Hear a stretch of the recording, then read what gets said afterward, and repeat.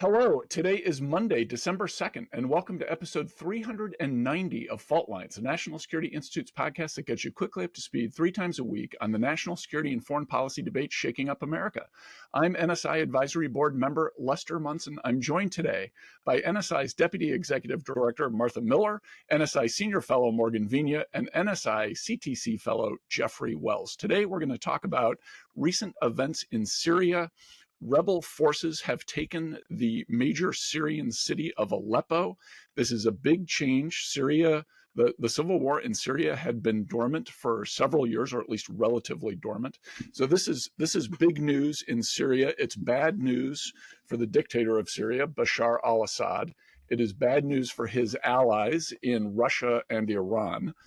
One of the root causes of this may be the fact that his allies are distracted by conflicts elsewhere. Russia, of course, deeply embedded in its invasion of Ukraine, Iranian forces, proxy forces on the run in Gaza and in Lebanon. The Houthis are under attack from a U.S.-led maritime coalition.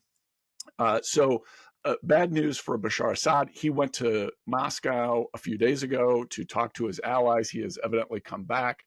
Iranians have sent senior level officials to Damascus to work with him on a response to this development. One of the questions is, who are the rebels who have taken over Aleppo? They are Hayat Tahrir al-Sham, which used to be known as the al-Nusra Front, which was a spin-off of Al-Qaeda.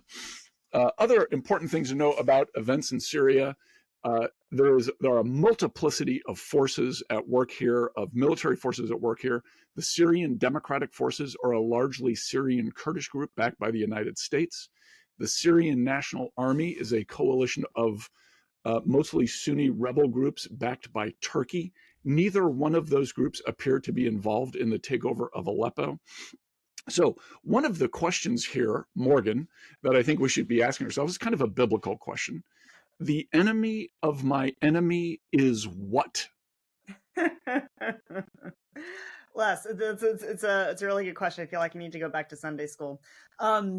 So look here, we've got Bashar al-Assad, who is a really bad dude. And as I've said before, the guy deserves to die in a ditch after the atrocities he's committed against his people.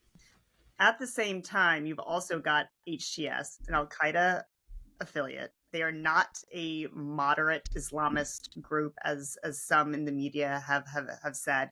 They are an extremist organization. They are bad dudes. And they have made significant gains in taking over key military installations and this, Syria's economic capital of Aleppo. So neither Assad or HTS are good for Syria. Two things can be true, right? At the same time, the United States has a ton of intel collection on Assad. We've known him for decades. And I don't necessarily think HTS coming in would necessarily be a good thing for the United States. So I think we need to be very clear about that. Clearly, there are a lot of dynamics in the region and beyond. This is a conflict that has been brewing, been on the back burner now for several years. The world has changed. We are seeing a drastically different Middle East, one in which Israel is empowered, one in which Iranian proxies, particularly Hezbollah, are completely leaderless. Hezbollah, of course, had a pretty firm footprint in Syria, but they are severely weakened. We see, Iran, which is really trying to sort of make sense of it all and maintain its own supremacy. And then, of course, we've got Russia and Turkey and all of these other players that have, supported various rebel groups or in some cases, such as with Russia, the Assad regime.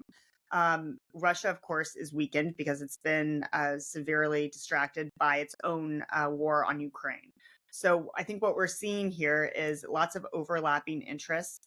But the key question is where does this sit for the United States, particularly as we lead up to a change in administration?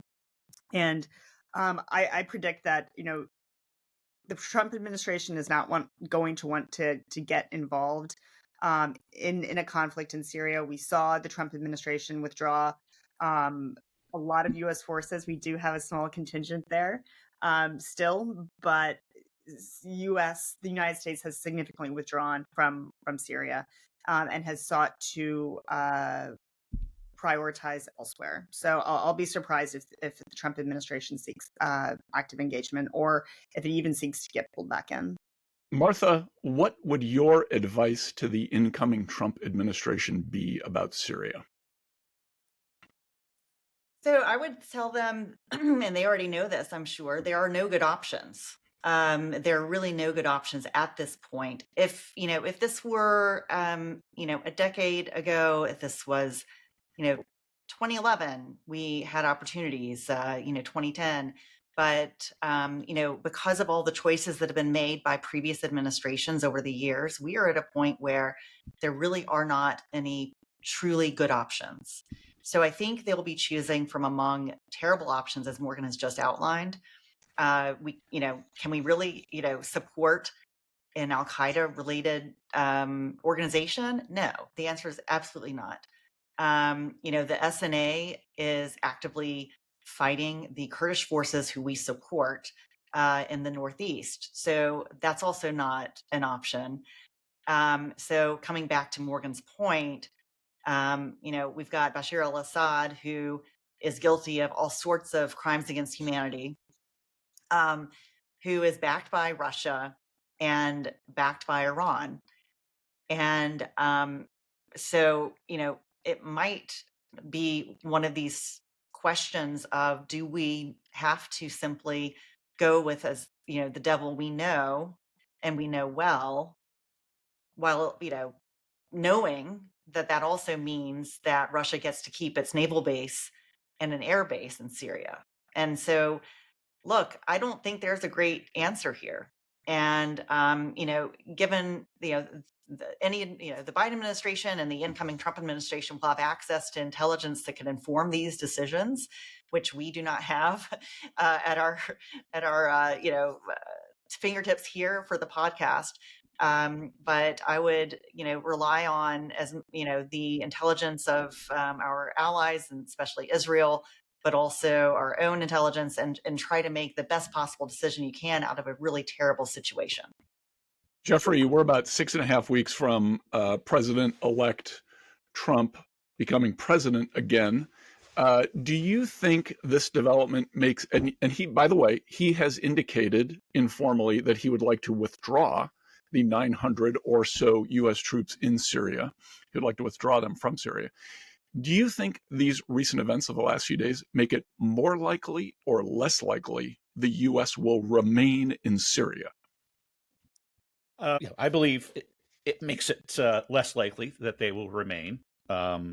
Looking at the new potential cabinet and the incoming president's desire to withdraw further from the international stage from a military perspective, and I think we're at both of. I agree with both Morgan as always, and I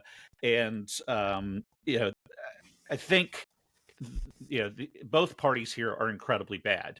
I think what's going to make this challenging for the next administration, even if it pulls troops out, though, is that there are a lot of competing interests. In 2014, 2015, Israel was restrained.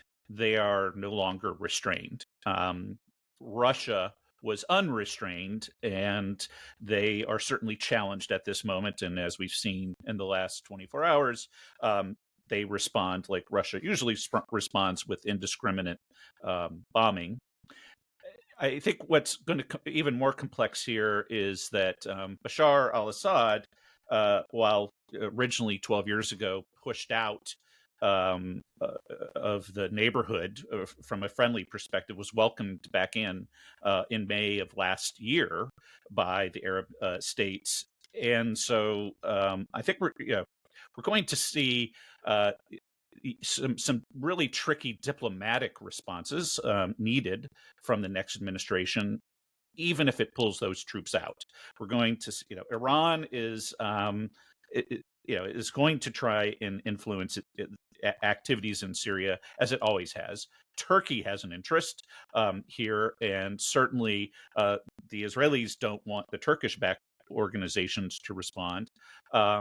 The Iran and Syria relationship has always been troubling for Israel. So, I think that the U.S. could provide even more lethal aid to Israel for it to respond to the threats by its neighbors holistically in the neighborhood, and Israel comes out, on top here.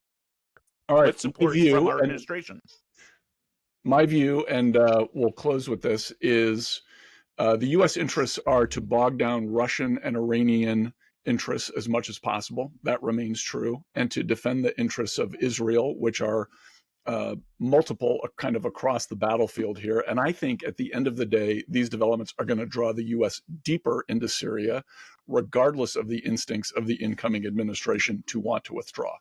Okay, that's a wrap. Thanks so much to Devlin Burney, Claude Jennings, and the NSI staff for their help in producing today's episode. Join us again on Wednesday, December 5th, for another episode of Fault Lines, the National Security Institute's podcast that gets you smart fast on the national security and foreign policy debates shaking up America. Fault Lines is on YouTube, so check out our channel for a video of today's episode. If you like what you heard or saw, be sure to rate, review, and subscribe.